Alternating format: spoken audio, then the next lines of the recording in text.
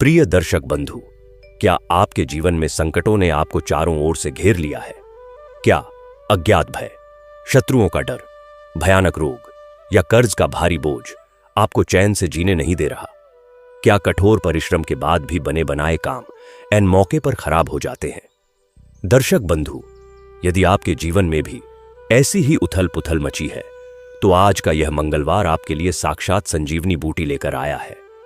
मंगलवार का दिन बल, बुद्धि और विद्या के दाता परम राम भक्त श्री हनुमान जी को समर्पित है। संपूर्ण ब्रह्मांड में केवल मारुति नंदन ही ऐसे देव हैं जो कलयुग में पृथ्वी पर साक्षात विराजमान हैं और अपने भक्तों की एक सच्ची पुकार पर तुरंत चले आते हैं। शास्त्रों का यह अटल सत्य है कि जो भी व्यक्ति मंगलवार के दिन पूर्ण ब्रह्मचर्य, सच्ची श्रद्धा और पवित्र मन से हनुमान जी की इस पावन कथा का श्रवण करता है, उसके जीवन से भूत पिशाच, शनि दोष, मंगल दोष, अकाल मृत्यु का भय और दरिद्रता हमेशा के लिए कोसों दूर भाग जाते हैं। जब मनुष्य चारों ओर से निराश हो जाता है और उसे कोई मार्ग नहीं सूझता, तब केवल संकट मोचन का नाम ही उसकी नैया पार लगाता है। आज जब आप मंगलवार के इस परम पावन दिन श्री हनुमान जी की कथा सुनने बैठे हैं, तो यह मान लीजिए कि अब आपके रोने के दिन समाप्त हुए। बजरंगबली ने स्वयं आपके जीवन का भार अपने कंधों पर ले लिया है। जिस पर रामदूत की कृपा हो जाए, काल भी उसका बाल बांका नहीं कर सकता। किंतु दर्शक बंधु, आगे चलने से पूर्व एक अत्यंत आवश्यक और महत्वपूर्ण बात ध्यान से सुन लें।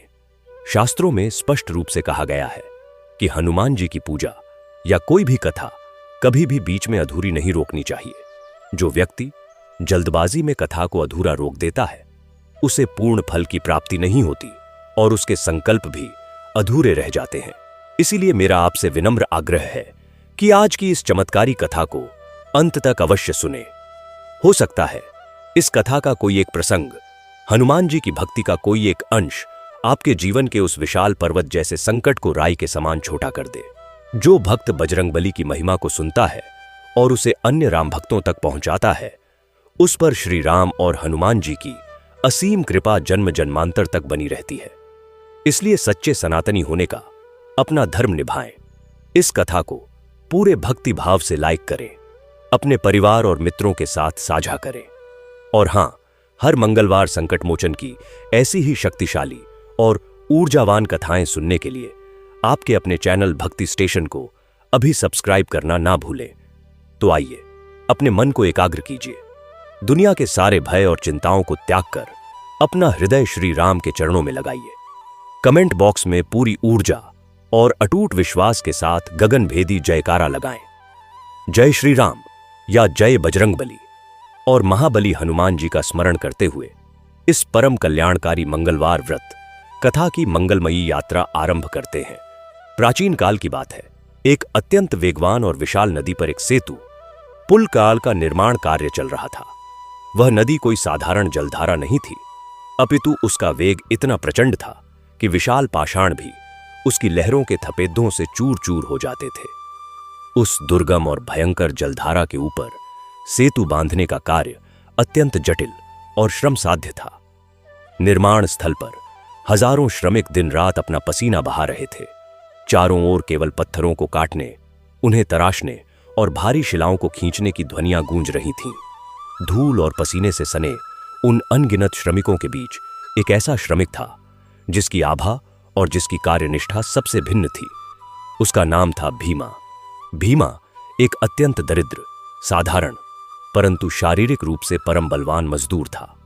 उसके वस्त्र भले ही जीर्ण शीर्ण थे, उसके पास धन के नाम पर एक फूटी कौधी नहीं थी, परंतु उसका हृदय किसी स्वच्छ और निर्मल दर्पण के समान था, जिसमें किसी भी प्रकार के छल, कपट या लालच की कोई परछाई नहीं थी।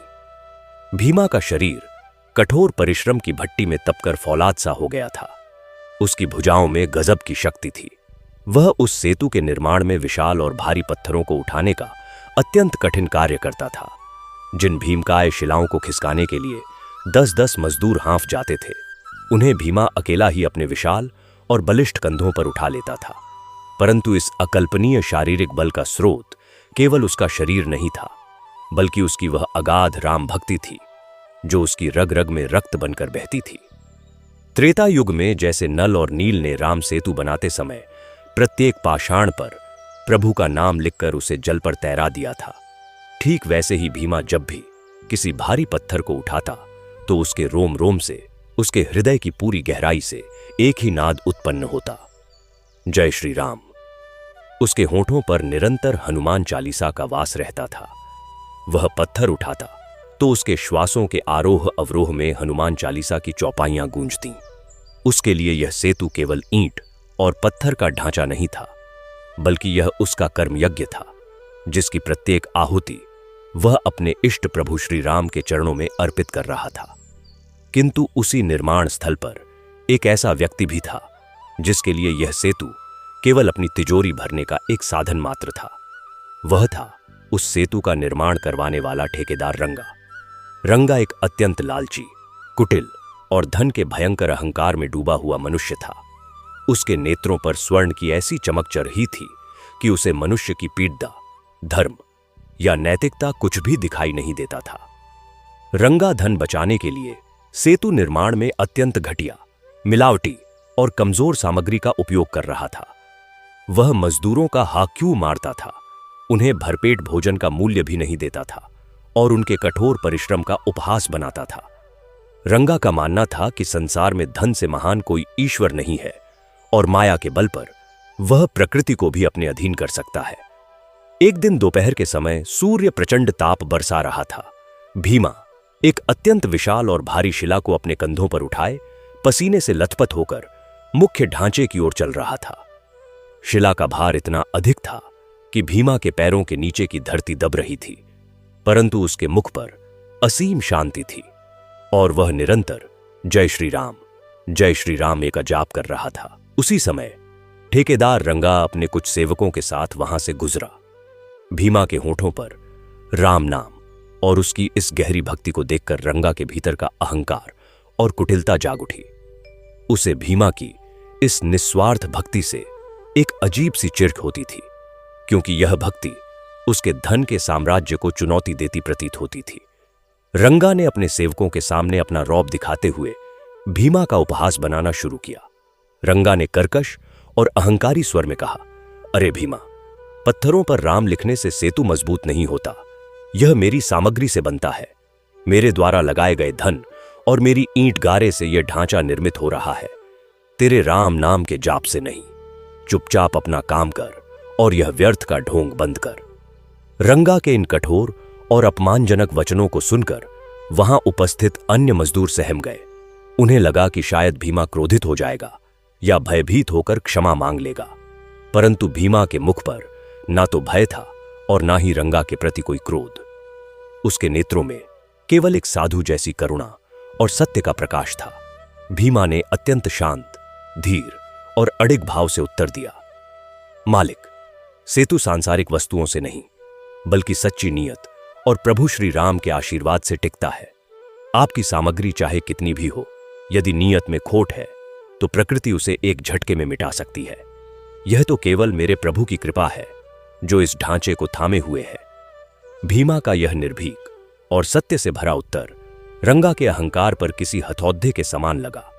वह तिलमिला उठा, परंतु भीमा के विशाल शरीर और उसकी आवश्यकता को देखते हुए वह अपना क्रोध पी गया और भुनभुनाता हुआ वहां से चला गया। रंगा को यह ज्ञात नहीं था कि भीमा के मुख से निकले वे शब्द भविष्य की एक भयंकर चेतावनी थे। दोपहर के विश्राम के समय जब सभी मजदूर भोजन करने बैठते, तब भीमा एक एकांत वृक्ष की छांव में जाकर बैठता था। दिन भर के कठोर श्रम और पसीने की कमाई से उसे जो अल्प धन मिलता था, उससे वह केवल एक सूखी रोटी ही प्राप्त कर पाता था, परंतु उस एक रोटी में भी उसका संपूर्ण संतोष छिपा था। प्रतिदिन उसी समय वहां एक अत्यंत वृद्ध और कमजोर वानर आता था। उस वानर की आंखें अत्यंत गहरी थीं, शरीर पर झुर्रियां थीं और वह बहुत ही दुर्बल प्रतीत होता था। भीमा उस वानर को देखते ही अत्यंत प्रसन्न हो जाता। वह अपनी उस एकमात्र रोटी के 2 भाग करता और एक हिस्सा उस वृद्ध वानर के सामने रख देता। भीमा के हृदय में उस वानर के प्रति एक असीम वात्सल्य और श्रद्धा थी। वह उसे अत्यंत वात्सल्य से अपने हाथों से खिलाता, मानो साक्षात अपने आराध्य को भोग लगा रहा हो। वानर भी रोटी का वह हिस्सा ग्रहण करता और कुछ देर भीमा के पास बैठकर उसकी ओर अत्यंत शांत और रहस्यमयी दृष्टि से देखता रहता। भीमा को उस वानर की उपस्थिति में एक अलौकिक शांति का अनुभव होता था, जैसे उसके दिन भर का सारा ताप और श्रम उस वानर के दर्शन मात्र से शीतल हो गया हो। समय बीतता गया और सेतु का निर्माण कार्य आगे चलता रहा। ठेकेदार रंगा का लालच अब अपनी चरम सीमा को पार कर चुका था। अधिक से अधिक धन प्राप्त करने की अपनी अंधी चाह में उसने एक अत्यंत भयंकर और अक्षम्य पाप कर दिया। उसने उस सेतु के सबसे महत्वपूर्ण हिस्से अर्थात सेतु के मुख्य स्तंभ के निर्माण में अत्यंत घटिया, कमजोर और मिलावटी सामग्री का उपयोग करवा दिया। वह मुख्य स्तंभ ही पूरे सेतु के भार और नदी के प्रचंड वेग को सहने का आधार था।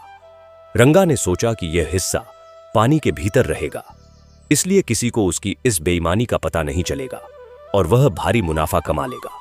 उसे उन हजारों मासूम लोगों के प्राणों की कोई चिंता नहीं थी जो भविष्य में उस सेतु से गुजरने वाले थे।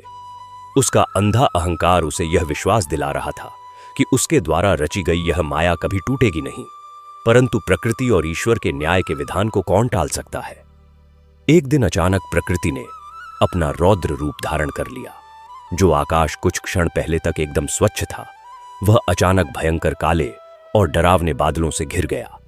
हवा की गति इतनी तीव्र हो गई कि विशाल वृक्ष जद्दे कख से उख धाकर गिरने लगे। दिन के उजाले में ही घोर अंधकार छा गया।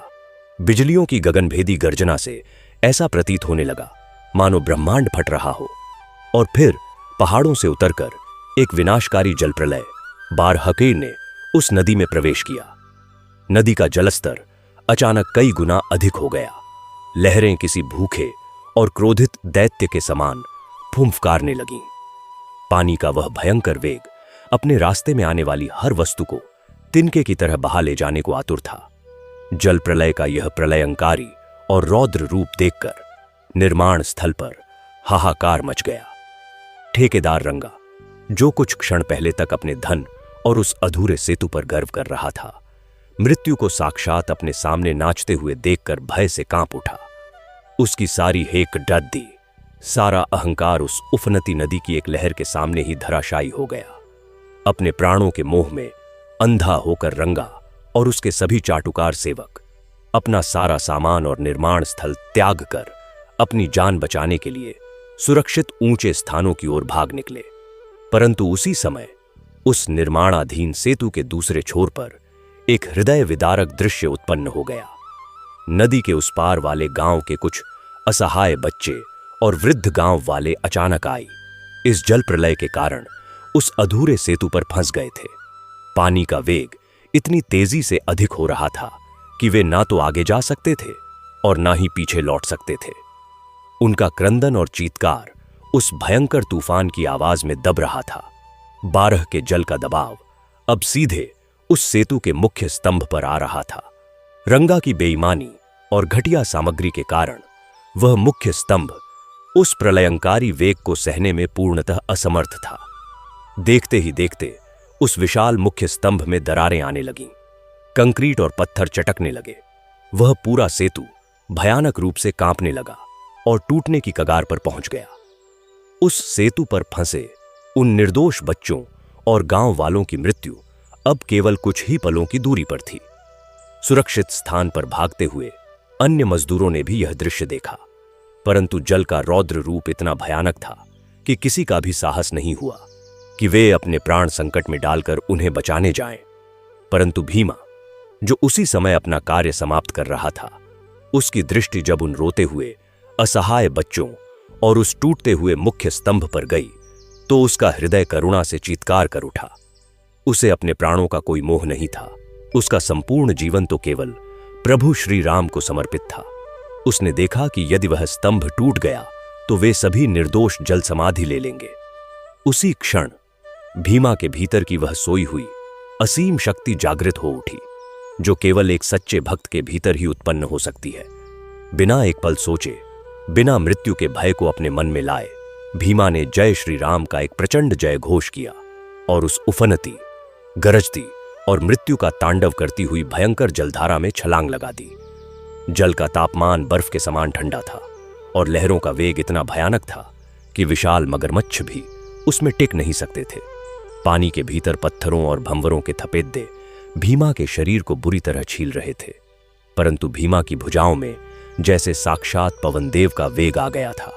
लहरों को चीरता हुआ, अपने प्राणों की बाजी लगाता हुआ वह उस दरकते हुए मुख्य स्तंभ के ठीक नीचे उस स्थान पर पहुंच गया जहां से वह स्तंभ टूटकर गिरने ही वाला था। भीमा ने देखा कि मुख्य स्तंभ का एक बहुत भारी हिस्सा अपनी जगह से खिसक चुका है और बस गिरने ही वाला है। यदि वह हिस्सा गिरा तो पूरा सेतु ताश के पत्तों की तरह ढह जाएगा। भीमा ने तुरंत अपने विशाल और बलवान कंधों को उस खिसकते हुए पत्थर के नीचे लगा दिया और अपनी दोनों भुजाओं से उस अत्यंत भारी हिस्से को थाम लिया। ऊपर से पूरे सेतु और उस पर मौजूद लोगों का अकल्पनीय भार और सामने से नदी के जल प्रलय का भयानक और कुचल देने वाला वेग, ये दोनों ही भीमा के शरीर को एक साथ पीसने लगे। उस भार के कारण भीमा के पैर नदी के तल में जमे पत्थरों में धंसने लगे। उसकी मांसपेशियों में भयानक खिंचाव आ गया। शरीर की सारी नसें तनकर फटने को तैयार हो गईं। ऐसा प्रतीत हो रहा था मानो उसका शरीर अब बीच में से टूट जाएगा।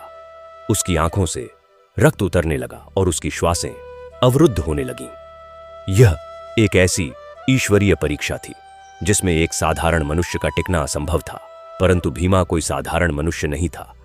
वह एक ऐसा भक्त था जिसके समर्पण की कोई सीमा नहीं थी। जब शारीरिक बल जवाब देने लगा तब उसकी आत्मा की शक्ति जागृत हुई।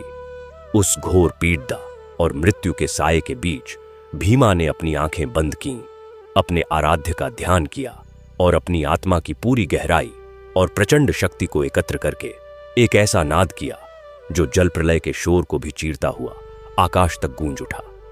बजरंगबली की जय, जय श्री राम। भीमा के कंठ से निकले इन पवित्र और प्रचंड शब्दों में इतना ओज था कि लहरें भी पल भर के लिए सहम गईं। उसका पूरा शरीर उस भयानक भार के नीचे कांप रहा था।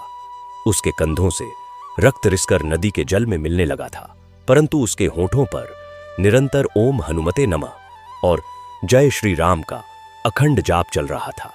वह केवल यही प्रार्थना कर रहा था कि चाहे उसके प्राण निकल जाएं, परंतु इन मासूमों की रक्षा हो जाए और उसके प्रभु के नाम की लाज रह जाए। और तभी उस भयंकर तूफान, अंधकार और प्रलय के बीच एक अत्यंत अलौकिक और अद्भुत घटना घटी। भीमा की बंद आंखों के सामने एक दिव्य प्रकाश छा गया। उसने भारी पलकों को तनिक सा खोलकर देखा तो पाया कि उस टूटते हुए मुख्य स्तंभ के ठीक ऊपर, उसी तूफानी जल के बीच, वह अत्यंत वृद्ध वानर शांति से बैठा है, जिसे भीमा नित्य अपनी आधी रोटी खिलाता था। भीमा को लगा कि शायद यह वानर भी इस बाढ़ में फंस गया है, परंतु अगले ही क्षण उस वृद्ध वानर के शरीर से एक ऐसा दिव्य और अलौकिक प्रकाश फूटने लगा जिसकी चमक करोड़ों सूर्यों के समान थी। वह अंधकारमय आकाश उस स्वर्णिम तेज से जगमगा उठा। देखते ही देखते वह कमजोर और वृद्ध वानर एक अत्यंत विशाल पर्वत के समान ऊंचे और अलौकिक रूप में परिवर्तित हो गया। उनके शरीर की कांति स्वर्ण के समान दमक रही थी। उनके नेत्रों में असीम करुणा और शक्ति का सागर था और उनके हाथों में एक विशाल गदा थी। वह कोई और नहीं, साक्षात पवन पुत्र हनुमान थे। अपने भक्त की निस्वार्थ पुकार, उसके निष्कलंक प्रेम और उसकी अगाध राम भक्ति के आगे स्वयं संकट मोचन वहां प्रकट हो गए थे। साक्षात पवन पुत्र हनुमान की उस दिव्य और कृपामयी दृष्टि जैसे ही भीमा के आहत और पीड़ा से कांपते शरीर पर गई। भीमा के भीतर एक अकल्पनीय चमत्कार हुआ। उसकी पीड़ा, उसकी थकान, उसका घाव, सब कुछ एक ही क्षण में वाष्प बनकर उद्धा गया। भीमा को ऐसा अनुभव हुआ मानो उसके उन घायल कंधों में और उसकी शिराओं में हजारों लाखों हाथियों का बल एक साथ प्रवाहित हो गया हो। उसके भीतर ऊर्जा का एक ऐसा ज्वालामुखी पोढ़ा जो ब्रह्मांड का भार भी उठा सकता था। हनुमान जी ने एक अत्यंत वात्सल्यमयी मुस्कान के साथ भीमा की ओर देखा और अपना एक विशाल, दिव्य और शक्ति से भरा अदृश्य हाथ उस टूटते हुए सेतु के ढांचे पर रख दिया। भीमा के राम नाम से रचे गए उन कंधों का और साक्षात बजरंगबली का सहारा पाते ही वह दरकता हुआ कंक्रीट और मिट्टी का बना कमजोर सेतु अचानक एक अजेय, कठोर और अटूट पाषाण में परिवर्तित होने लगा। रंगा की वह घटिया सामग्री जो बेईमानी के गारे से बनी थी, वह हनुमान जी के स्पर्श और भीमा की भक्ति की अग्नि में तपकर उस त्रेता युग के राम सेतु के पाषाण जैसी अमर और अभेद्य हो गई। वह मुख्य स्तंभ जो कुछ क्षण पहले चूर चूर हो रहा था, अब एक ऐसे दिव्य और विशाल प्रस्तर में बदल गया था जिसे नदी का वह भयानक प्रलयंकारी वेग भी हिला नहीं पा रहा था। बारिश की भयंकर लहरें उस स्तंभ से टकराती और पानी के सफेद झाग में बदलकर पीछे लौट जाती। उस अलौकिक शक्ति के प्रभाव से सेतु पूरी तरह स्थिर हो गया। ऊपर फंसे हुए वे भयभीत बच्चे और गांव वाले जो कुछ समय पहले मृत्यु की प्रतीक्षा कर रहे थे, उन्होंने जब देखा कि सेतु अचानक चट्टान की भांति स्थिर हो गया है, तो वे तुरंत भागते हुए सुरक्षित उस पार निकल गए। उनके प्राण बच गए। जब सभी सुरक्षित निकल गए, तब धीरे धीरे वह जल प्रलय भी शांत होने लगा। आसमान में छाए काले बादल छंटने लगे और सूर्य की किरणें फिर से धरती पर पुडहाने लगीं।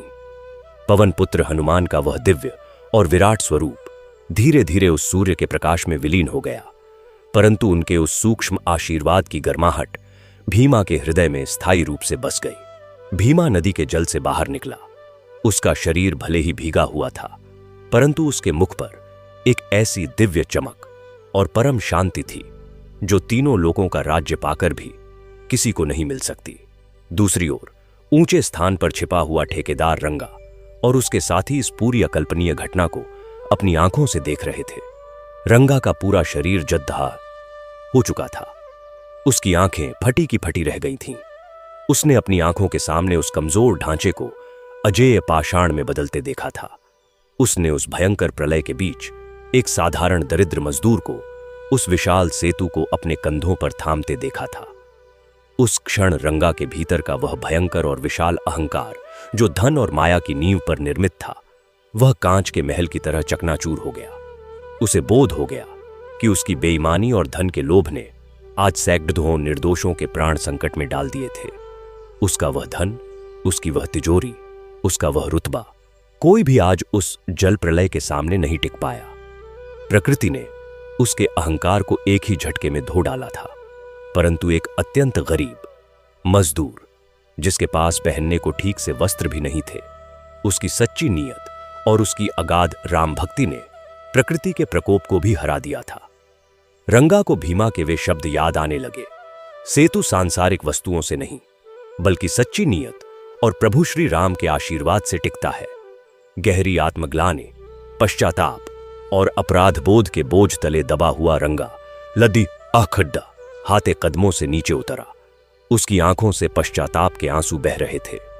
वह भागता हुआ भीमा के पास पहुंचा और बिना किसी संकोच के उस पसीने और कीचड़ा से सने मजदूर के चरणों में गिर पड़ा। रंगा फूट फूट कर रोने लगा।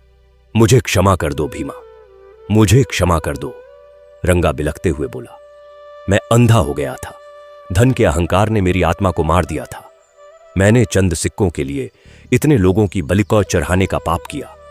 मेरी सामग्री, मेरा पैसा, आज सब कुछ नष्ट हो जाता यदि तुम्हारी वह भक्ति, तुम्हारा वह राम नाम इस सेतु को नहीं थामता। मैंने तुम्हारे राम नाम का उपहास बनाया था, परंतु आज उसी राम नाम ने मेरे पापों को डूबने से बचा लिया।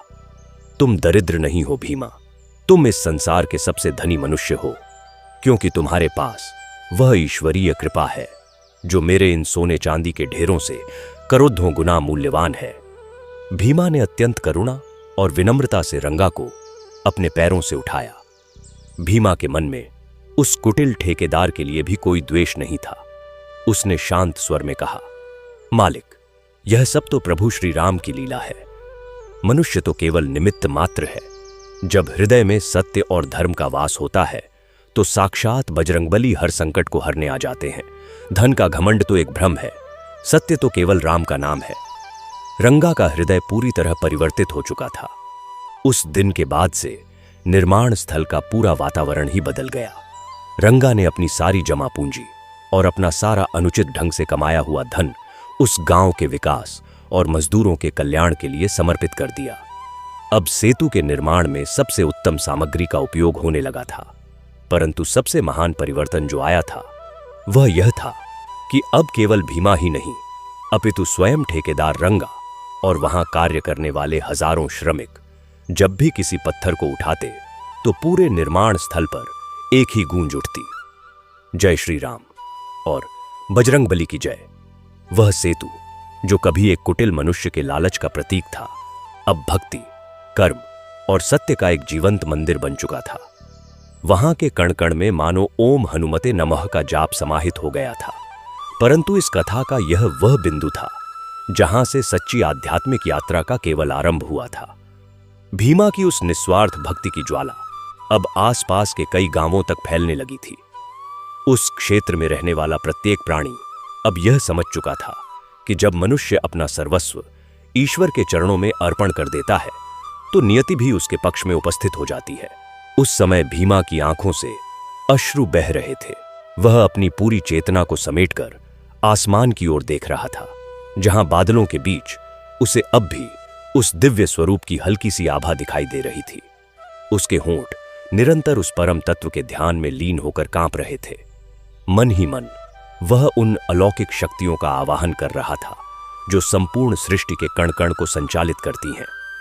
इसी अगाध प्रेम के महासागर में डूबते हुए उसका रोम रोम एक ही भाव में स्पंदित हो रहा था कि प्रभु की माया भी कितनी अद्भुत और अनंत है, जो कभी किसी को अहंकारी बनाकर पतन के मार्ग पर ले जाती है तो कभी किसी दरिद्र की झोपड़ी में साक्षात नारायण के रूप में अवतरित हो जाती है।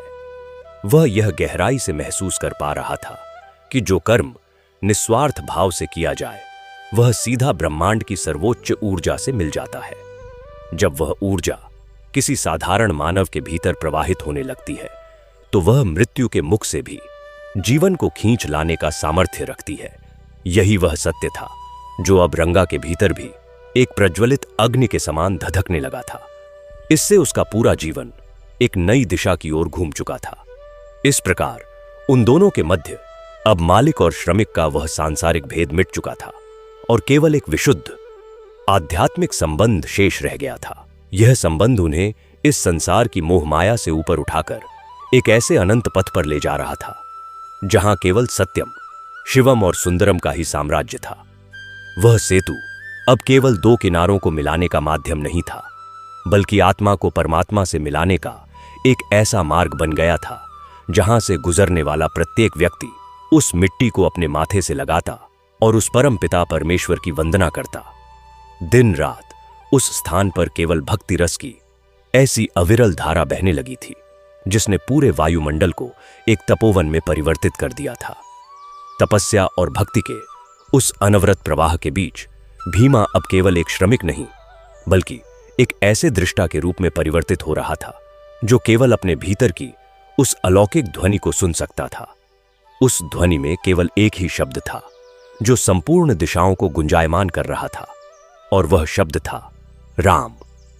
इसी राम नाम के अमृत का पान करते हुए भीमा की समाधि गहरी और अत्यंत गहरी होती जा रही थी।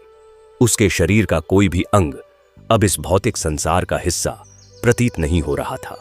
वह स्वयं में एक मंदिर बन चुका था जहां प्रत्येक श्वास एक आरती थी और प्रत्येक कर्म एक वंदना। उसी वंदना के मध्य जब रंगा उसके समीप आकर बैठता तो उसे अनुभव होता कि वह किसी मनुष्य के पास नहीं बल्कि साक्षात किसी देव प्रतिमा के समक्ष बैठा है। वह भीमा से बार बार यही प्रश्न करता कि आखिर इस संसार के दुखों का और इस अज्ञानता का वास्तविक कारण क्या है। तब भीमा अपनी आधी ही बंद आंखों से उसकी ओर देखता और अत्यंत धीमे परंतु एक अत्यंत स्पष्ट और आत्मा को भेद देने वाले स्वर में उसे उस शाश्वत ज्ञान से परिचित कराता। यह वह ज्ञान था जो उसने किसी ग्रंथ से नहीं बल्कि अपने पसीने और अपनी उस एक रोटी के भाग में खोज लिया था जो वह प्रतिदिन उस वृद्ध वानर को खिलाता था। उस ज्ञान को सुनकर रंगा को लगता कि उसका जन्म सफल हो गया है। वह अपने पिछले सभी कर्मों को याद करके एक अजीब सी शांति महसूस करता, क्योंकि अब उसका अहंकार नष्ट हो चुका था। अहंकार के उस नष्ट हुए भवन के मलबे पर अब ज्ञान और भक्ति का एक ऐसा महल निर्मित हो रहा था जिसके शिखर पर स्वयं पवनपुत्र हनुमान की कृपा की ध्वजा लहरा रही थी। वह ध्वजा हवा के हर झोंके के साथ इस बात का उद्घोष कर रही थी कि जब तक इस ब्रह्मांड में सूर्य और चंद्र रहेंगे तब तक उस अगाध और निस्वार्थ प्रेम की इस कथा को कोई भी प्रलय मिटा नहीं सकेगी। यह कथा हर युग में, हर काल में उन भटकती हुई आत्माओं को रास्ता दिखाती रहेगी जो धन के पीछे भागते भागते स्वयं को भूल चुके हैं। समय का चक्र अपनी धुरी पर घूमता रहा और वह नदी अपने शांत स्वभाव में फिर से बहने लगी, मानो वह भी इस पूरी घटना की गवाह बनकर अब उस भक्ति के गीत को अपनी लहरों के माध्यम से समुद्र तक ले जाने के लिए आतुर हो। उन लहरों की कलकल ध्वनि में भी अब केवल और केवल वही एक परम पवित्र नाम सुनाई दे रहा था जो उस दिन भीमा की उस प्रलयंकारी पुकार में गूंजा था। वह पुकार अब इस वायुमंडल का अभिन्न अंग बन चुकी थी। ठीक उसी समय जब सूर्य की अंतिम लालिमा क्षितिज पर फैल रही थी और उस लालिमा के बीच से एक अत्यंत मधुर और अलौकिक प्रकाश छनकर सीधे भीमा के उस शांत और स्थिर मुखमंडल पर आ रहा था, इससे उसकी आभा और भी अधिक तेजस्वी हो उठी थी। वह अपने दोनों हाथ मिलाकर उस संध्या के समय अपने हृदय में उसी विराट स्वरूप का स्मरण कर रहा था जिसे देखकर उसकी आत्मा तृप्त हो गई थी। वह धीरे धीरे अपनी उस गहरी समाधि के भीतर एक ऐसी अवस्था में प्रवेश कर रहा था जहां ना तो समय का कोई अस्तित्व होता है और ना ही शरीर का, जहां केवल शून्य होता है और उस शून्य में पूर्णता का एहसास। उसी पूर्णता को प्राप्त करते हुए भीमा की चेतना लगातार उस परम प्रकाश की ओर अग्रसर हो रही थी और वह परम प्रकाश उसके अंतर्मन के उस सबसे गुप्त और एकांत स्थान को प्रकाशित करने लगा जहां केवल और केवल आत्मा का विशुद्ध स्वरूप ही निवास करता है। और इस प्रकाश के स्पर्श मात्र से भीमा को ऐसा प्रतीत हुआ कि अब इस देह का और इस संसार का कोई भी बंधन उसे बांध कर नहीं रख सकता, क्योंकि उसकी चेतना अब उस परम सत्य से एकाकार हो चुकी थी जो जन्म और मृत्यु के चक्र से परे है।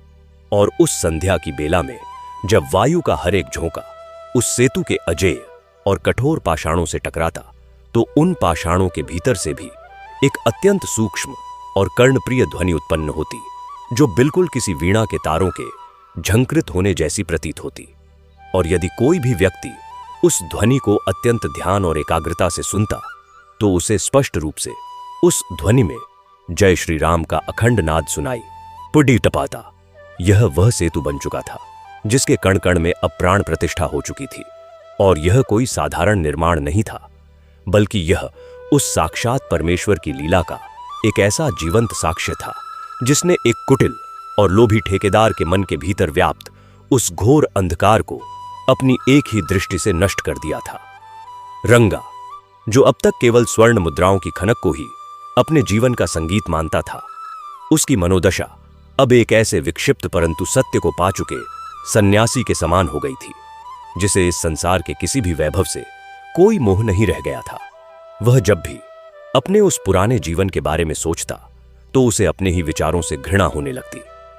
उसे स्मरण आता कि कैसे वह उन श्रमिकों के पसीने की बूंदों का मोल कुछ सिक्कों में लगाता था, कैसे उसने उस मुख्य स्तंभ के निर्माण में घटिया सामग्री डलवाकर केवल अपनी तिजोरी भरने का वह जघन्य कुकृत्य किया था। यह आत्मग्लानि कपाय उसके भीतर एक ऐसे तीखे कांटे की तरह चुभती थी जिसका कोई उपचार किसी वैद्य के पास नहीं था। इस पीधा का केवल एक ही मलहम था और वह मलहम था भीमा के चरणों की धूल।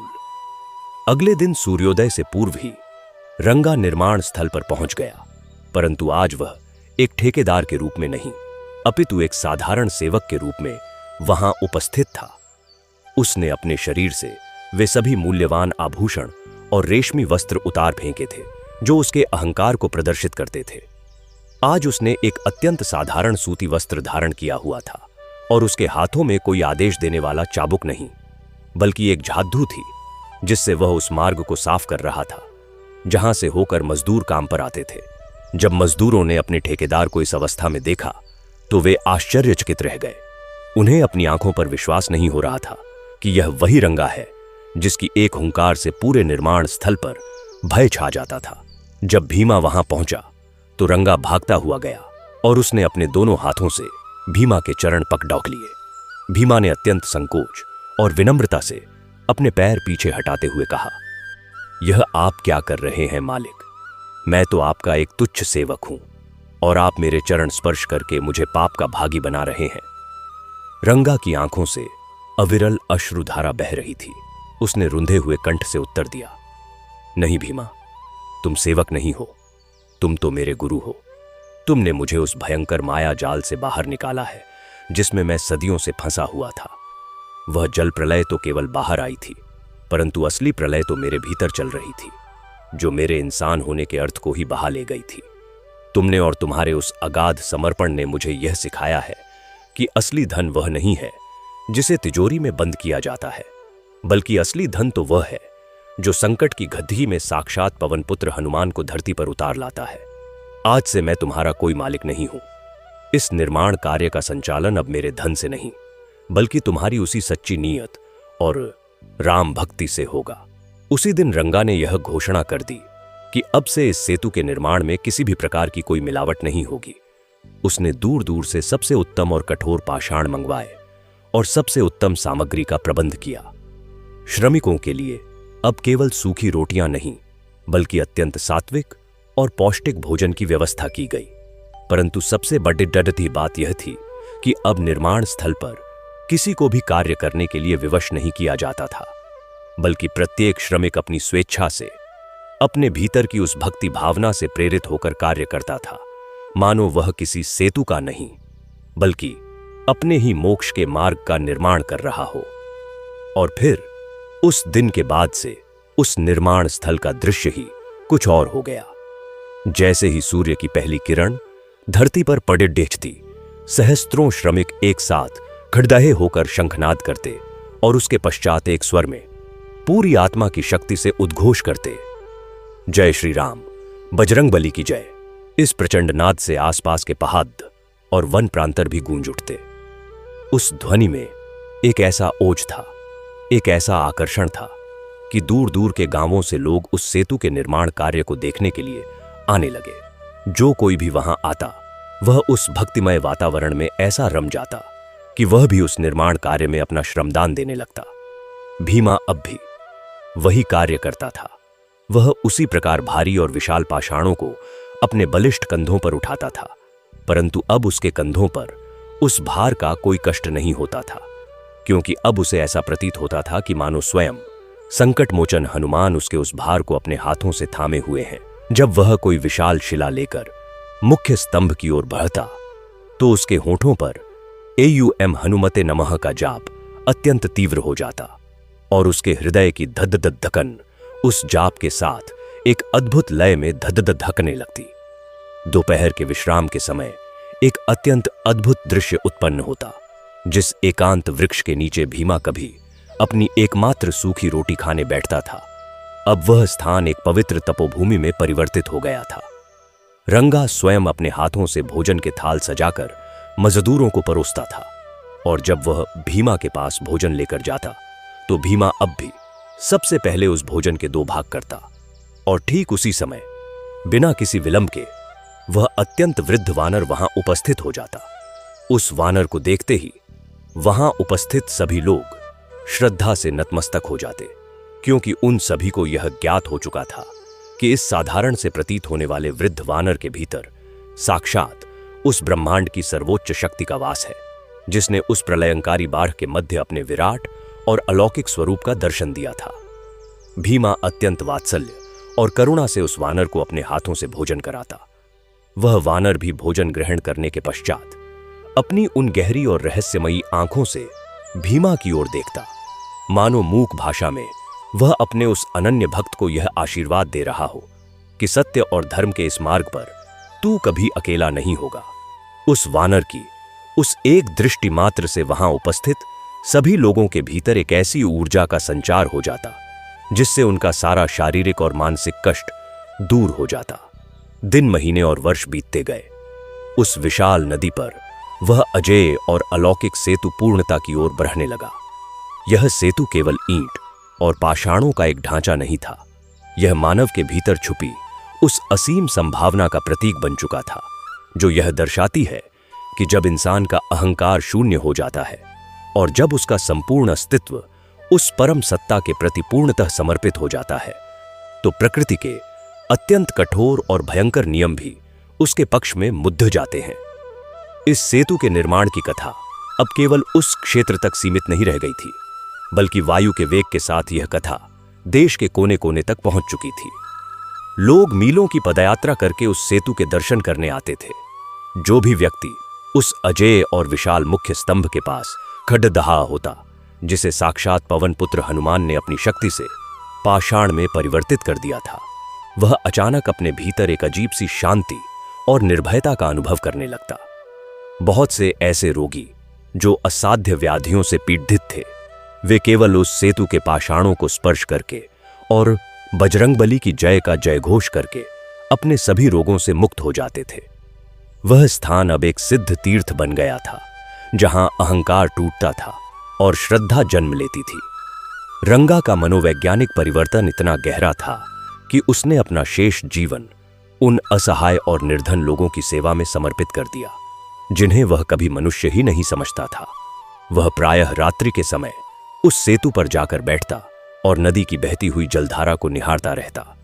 जल की वह कलकल ध्वनि उसे हमेशा उस भयंकर जल प्रलय की याद दिलाती, जब मौत ठीक उसके सामने खड़दही थी।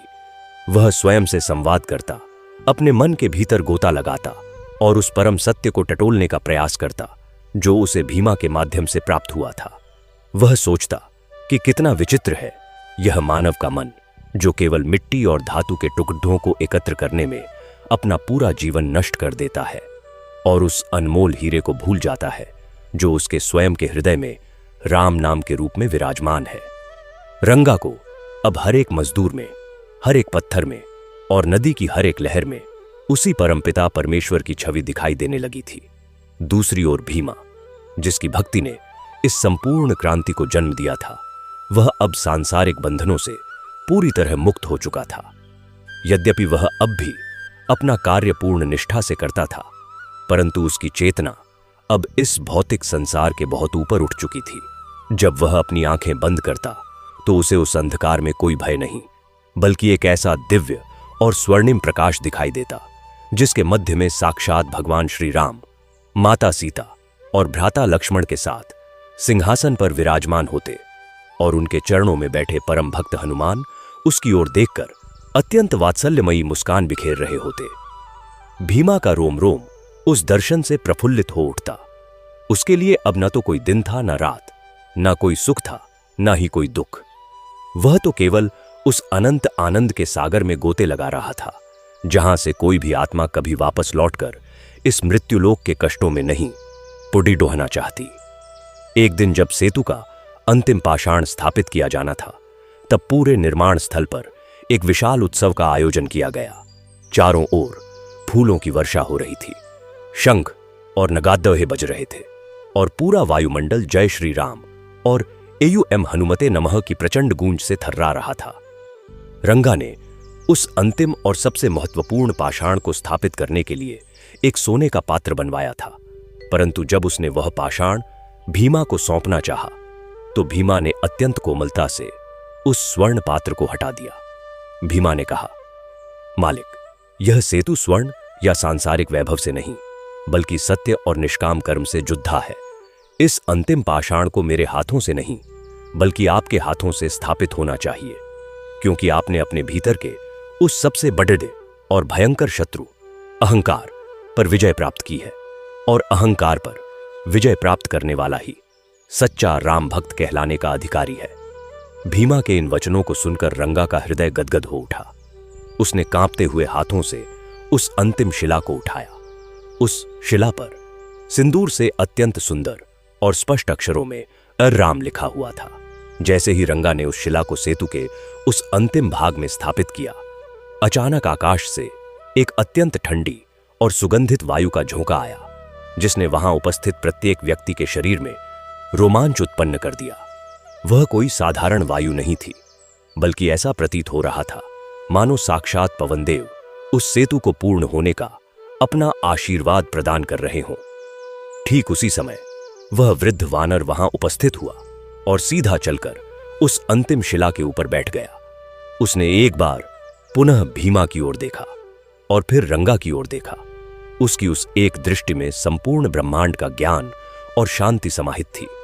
अचानक उस वानर के शरीर से एक बार फिर वही अत्यंत दिव्य, स्वर्णिम और करोद्धों सूर्यों के समान तेज वाला प्रकाश उत्पन्न होने लगा।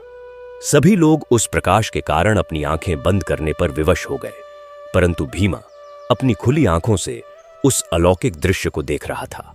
वह प्रकाश धीरे धीरे उस संपूर्ण सेतु पर फैल गया, मानो वह प्रकाश उस अजेय और कठोर ढांचे में अपनी आत्मा का संचार कर रहा हो।